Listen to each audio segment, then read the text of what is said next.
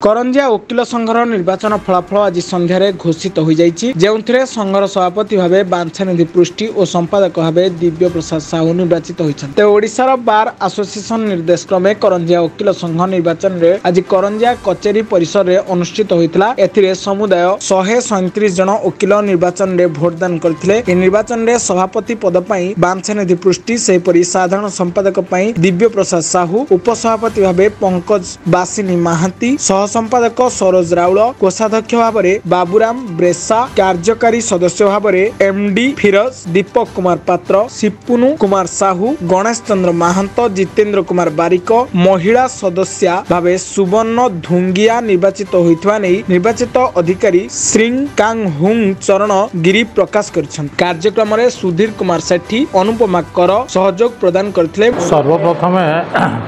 आम Karanjia bar association जो members भाई भौणी मैंने अच्छा समस्त को मु धन्यवाद अर्पण करुच्ची एवं से द्वितीय थर पर मो उपर जो आस्था प्रकट करिसेंती निश्चित भाव में तांकर से आस्था आगामी दिन फलवती हो एवं करंजिया बार एसोसिएशन जो सब समस्या अच्छी ताको विगत वर्षरू आमे ताको धीरे धीरे पूरण करी आसुचु एवं जो अधूरा काम थिला ताकू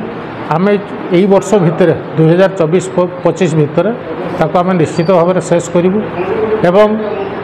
सबुठारु बड़ कथा हला जे आम करंजिया बार एसोसिएशन जो एकता अच्छी आज पुणी थरे आज ये बार सब मेंबर्स भाई भौणी माने पुणी थरे प्रमाणित कर तेणु से पुणी थरे मु धन्यवाद दूँ। आज करंजिया वकिल संघर निर्वाचन रे